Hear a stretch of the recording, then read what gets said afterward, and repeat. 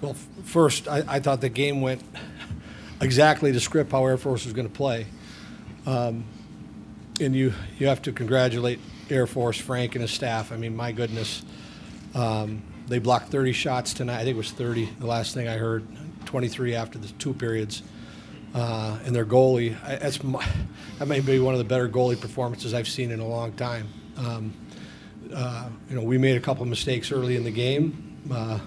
It hurt to get down, but we did everything imaginable to get back in the game, and had, that is not going to be a fun film to watch, how we could have got back in that thing. And it wasn't to be, and you got to credit Air Force. It's as crazy as a thing that I've been through. I'm so proud of our guys this season in how we battled, from start to finish, and that, I was just, they had the TV on, and I was hearing how, they were saying that we were flat tonight.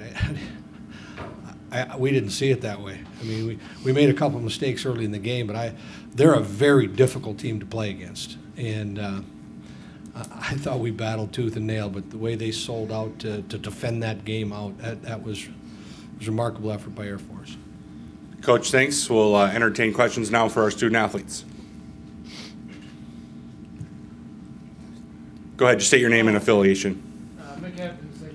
Robbie, what did they do, effectively defensively against you guys? I mean, besides blocking shots, I mean, were there other things that they were doing to, keep you guys out of some things that you like to do early on, or? Not really, man. Coach said it best. They're selling out 30 block shots. That's incredible. We felt like, once we had puck possession, that was really all that was missing, was getting shots to the net. And they're selling out, diving, putting their throats in front of pucks.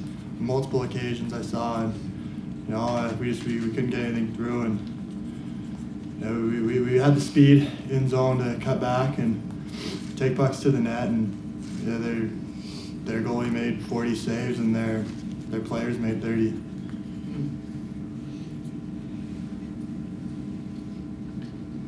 Patrick, after the first period was scoreless, I mean, did you guys feel like was a good period, bad period for you guys, I guess, out of the gate, or? It's kind of what we expected to come in. We knew they were going to play hard, and we had to match that intensity. So coming in 0-0, I think we felt okay. Just wanted to get back into our game and kind of try and step up the pace a little bit going in the next 2 periods. Robbie, the power play and the first couple in particular, I mean, did you guys have a tough time kind of getting set up? I mean, for good chunks of that, or were there things that they were doing, I guess, on the PK against you guys, or?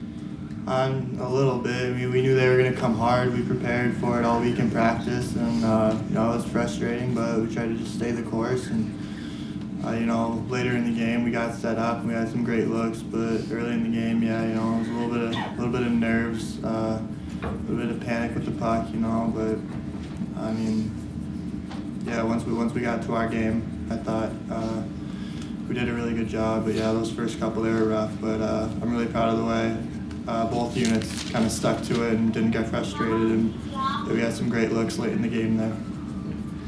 Track off with the Athletic, Robbie, what is it like when you play a game like that, when it seems like the puck is on your stick for long stretches and you're out shooting them for long stretches and it's just not ending up in the back of the net? It's miserable. It sucks, man. I don't really know how to put it into words.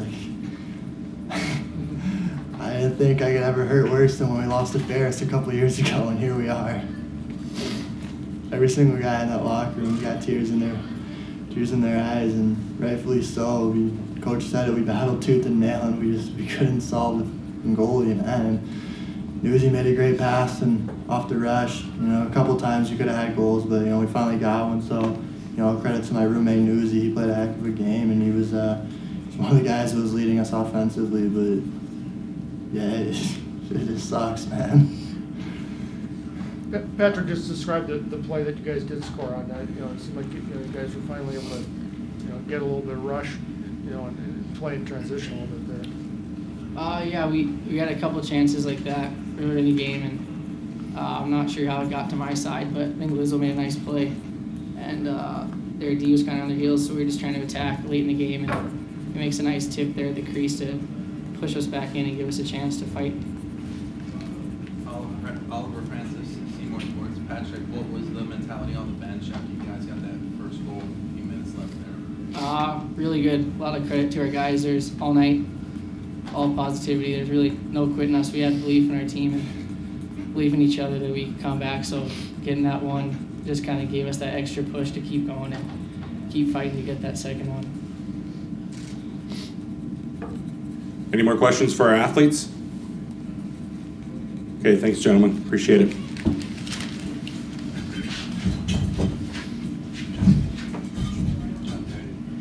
Take questions now for Coach Motzko. Bob, on the third goal, I mean, you know, were you hoping that David was going to stay back a little bit longer? Or, I mean, he just kind of get caught in a bad spot at a bad time. He got caught in a bad spot, bad time. And it came up the board on my side, so I didn't see how they got the 2-on-1 yet. So we haven't had to pull our goalie much this year. Haven't had a lot of work on it. Were there any adjustments that you guys made coming out into the third period? No. I mean, the second period, I mean, it was crazy, the chances we got. I mean, the one with Mikey on the back door, which our bench was in line with, he doesn't, that save that he made, you know, if that was a game, and giving Air Force all the credit on how hard they battled. One goes in the net, you could tell we were going to start going. And one thing I'll give our team an enormous amount of credit for, they never got frustrated. There was zero frustration. We were nervous in the first period, and that first power play was nerves. You know, we made, you know, one of our top guys makes a pass 3 feet in the air. You know, he doesn't do that. But we settled in. There was confidence. We were waiting for the goal to go in, and you know, it came a little too late. Coach, what is it like when you play as well as you did for most of the second period and all of the third, when you're behind the bench, you know, getting all these great chances, just knowing one's got it? It was there were times I was standing with my hands in my pocket. We were going one shift after another, Right. and they were wearing down, and I was down. We went down to 3 lines. We weren't getting tired. We were staying on top of it. We had to take some risks there in the third, and that's when they got a couple breaks out of their zone. That's why it's, you know, I've been in games where you lose, and you know, you can point the finger at a few things. This is a crazy one, and you know, I think the more I talk, I think it's going to take away from the effort that they gave, and I don't want that to happen, because I'm telling you, you know, you look, this is their 7th NCAA tournament. That's the largest margin of a score because of the 2 open nets, the 2-1. Every game they play in the NCAA is that. And, you know, we did everything possible, humanly possible as our team. And we had great looks on our power play later in the game. Our top players got it. Robbie had a point blank on the back door, and somehow, you know, he dives across and gets it. No, we don't play in a conference with them, and we followed their games down the stretch, and they had to go on the road to Army, and then they go on the road to Rochester, and there was, you know, 1-0 or 2 1-0 games, and this kid, you know, he's dialed in right now, you know. And if he stays dialed in tomorrow, Air Force is moving on, I'm telling you. Someone's got to score on this kid. You mentioned how hard they are to play against. Is that amplified when they get the first goal and can sit back to the lead a little bit? No, I mean, no, because we after they got 2 goals, we got better.